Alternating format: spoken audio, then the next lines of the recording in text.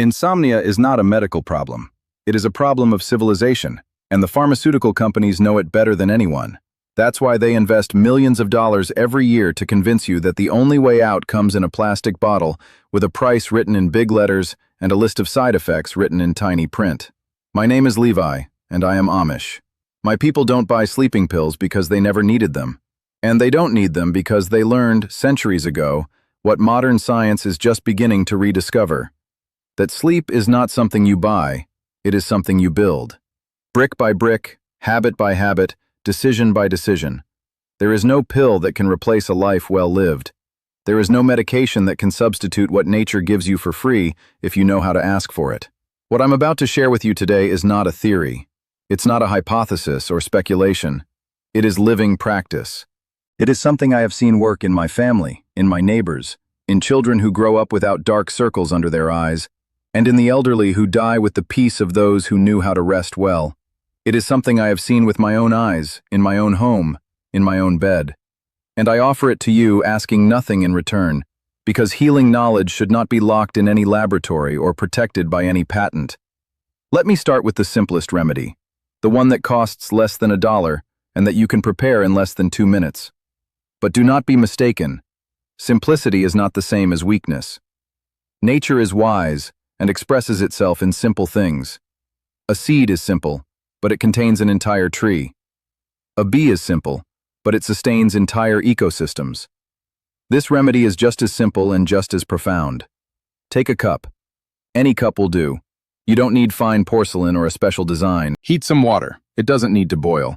Just be hot enough so you can drink it without burning yourself. Now into that cup, put 1 teaspoon of honey. Pure honey, not the kind that comes in plastic containers with shiny labels. Honey that tastes like flower and bee.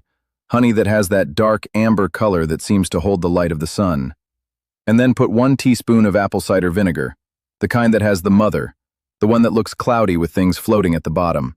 That is the one that heals. The other, the clear filtered one, is just flavored water, a ghost of what it should be. Mix them well with the hot water and drink it 1 hour before going to bed. Drink it slowly, feeling the warmth in your chest, feeling that something is changing inside you. It's not an immediate sensation, it's not a jolt, it's more like a whisper, like when the wind changes direction and you realize the air doesn't weigh the same anymore. But I'm not going to lie to you.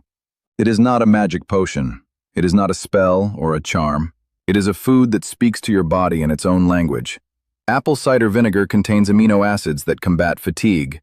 It's not that they give you energy, it's that they restore balance to a system that is worn out by stress, by poorly slept nights, by the accumulation of cortisol in the blood. It helps your brain release serotonin, which is the molecule that regulates sleep and wake cycles. It's like telling your brain, hey, the day is over, there's nothing more to process, it's time to shut down the engines. Honey, on the other hand, is not a simple sweetener. It is easily absorbed glucose that your body uses during the night to avoid the sugar crashes that wake you up for no apparent reason. That feeling of waking up at 3 in the morning with your heart racing, not knowing why, is often just your blood sugar dropping and your body asking for help. Honey prevents that. It is a natural stabilizer, gentle and effective. Together, honey and vinegar, in the warmth of the tea, form a remedy that prepares the ground for rest. But rest itself does not come from the cup. It comes from what you do after you set it down empty. It comes from how you live your day, from how you relate to the world, from how you allow yourself to close the doors that need to be closed. Let me tell you a story that stayed with me. A few years ago, a man from the city came to our community. He came with a gaunt face, bloodshot eyes, and trembling hands. He told me he hadn't slept well for over 6 months, that he had tried all kinds of medications, that he had gone to specialists in 3 different cities, and that no one could explain why his body refused to rest. He asked me for help with a mix of desperation and skepticism, as if he already expected me to fail him too. He sat in my kitchen and I prepared the tea without saying a word. I gave it to him in a clay cup that my grandmother had made. I asked him to drink it slowly, to feel the warmth in his hands, to sit in silence for 10 minutes doing nothing. Then I told him to turn off his phone, to leave it in another room, to go to bed and not try to force sleep. Just to lie still, in peace, without demanding anything from himself. The next morning when he opened his eyes, he had an expression he hadn't had in years. It wasn't exactly happiness, it was more like relief. He got up without an alarm. He got up without that feeling of someone ripping him out of bed. He got up and looked at me as if I had performed a miracle. But I had done nothing extraordinary. I just reminded him of what his grandparents already knew and what he had forgotten in the noise of his life. The tea opened the door, but sleep didn't come in through the tea. It came because, for the first time in a long time, he allowed himself to close the door to everything else. He put aside the phone, he put aside the worries, he put aside the pressure to perform the next day. And that is what the pharmaceutical companies don't want you to understand. They don't make money by teaching you how to close doors. They make money by selling you keys that open nothing. Because the real solution to insomnia is not in a synthetic molecule. It is in a change of life. And that change has 5 pillars that my community has upheld for generations. They are not complicated, but they require something that the modern world has made scarce: willpower. The will to say no to what makes you sick, and yes to what heals you. First pillar: screens are turned off 1 hour before sleeping. No exceptions, no excuses, no one more episode of that series you love so much. No quick email check, no glance at social media. The blue light from screens lies to your brain. It tells it that it's daytime when it's already night. It tells it to stay active when you should be calming down. It delays the production of melatonin, the hormone that helps you fall asleep, and leaves your brain in a state of alert that doesn't match the time of day. We don't have screens, and that's why we don't have that problem. You can choose to have that problem, or you can choose to turn everything off and reclaim the night. It's not easy, I know. There is an addiction designed by the same people who make the phones. But you can start with 15 minutes, then 30, then an hour. Every minute you take away from the screen is a minute you gain for your rest. Second pillar: natural light upon waking. It's not a minor detail, it's not a nice suggestion, it is a biological necessity. When you open your eyes in the morning, the first thing you should do is expose yourself to sunlight. Open the curtains, go outside even if just for 5 minutes. Look at the sky, feel the light on your face. Morning light is the signal your brain needs to stop producing melatonin and start producing serotonin. That gives you energy, it truly wakes you up, and most importantly, it tells your biological clock that the day has begun. So when night comes, your body will know it's time to close again. It is a cycle, a rhythm, a dance with the sun that we have forgotten how to dance. Third pillar: dinner should be light and early. We eat our heaviest meal at midday, when the body has hours ahead to digest. At night, something simple: a soup, some bread and cheese, a salad, a bit of fruit. If you eat a heavy dinner, if you fill your stomach with meat, with fats, with heavy sauces, your digestive system starts working at the very moment it should be resting. That causes micro-awakenings that you might not even remember, but that steal the quality of your sleep. It's not that you can't enjoy a good meal, it's that the timing matters. Try to eat dinner at least 3 hours before going to bed. Give your body time to do its work before your own work begins. Fourth pillar: move during the day. You don't need to run a marathon or pay for a gym or buy special clothes. You just need to walk, to stretch, to not spend 8 hours sitting without moving a muscle. My grandfather walked miles without intending to because his life demanded it. The human body was designed to move, not to be still. When you move, you spend energy. When you spend energy, your body asks for rest. It is a law as simple as gravity. If you don't tire yourself out, you won't rest well.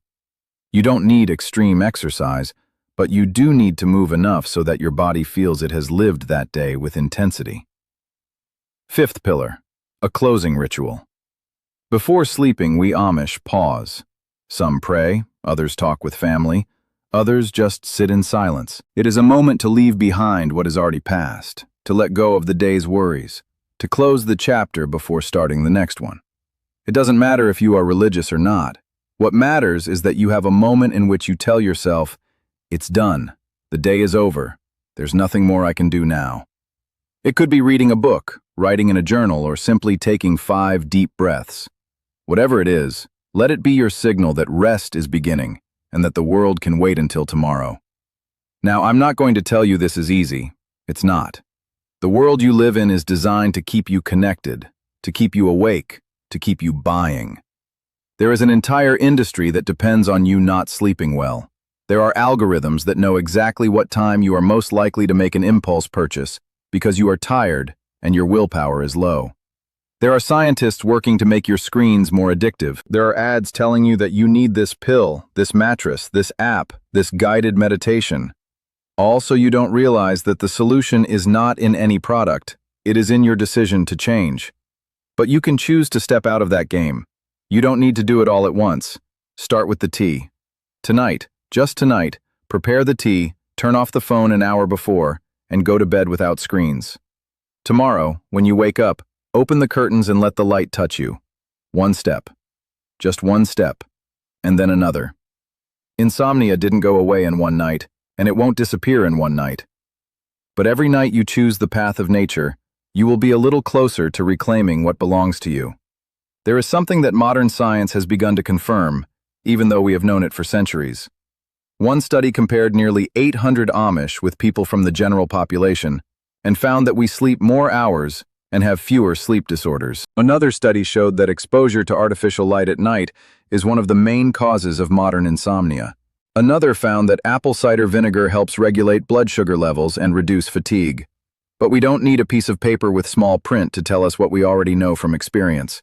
Science arrives late, but it arrives. And when it arrives, it confirms what grandmothers already whispered in the kitchens. There is nothing new under the sun. What seems like a revolutionary discovery is just the rediscovery of an ancient truth.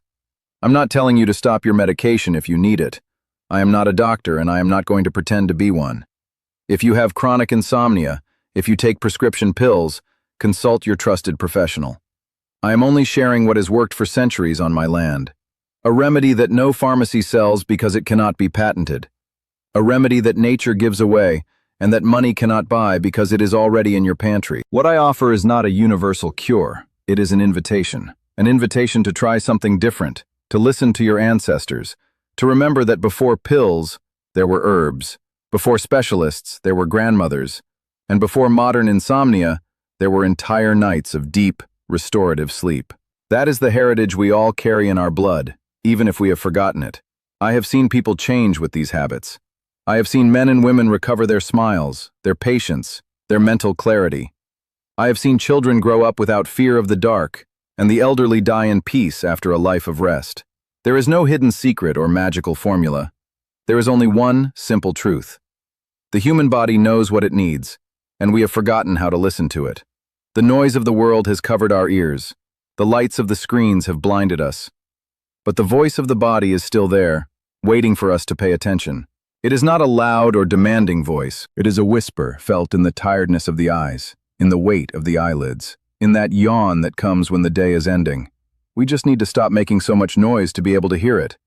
So tonight, when the sun sets and the shadows lengthen, pause.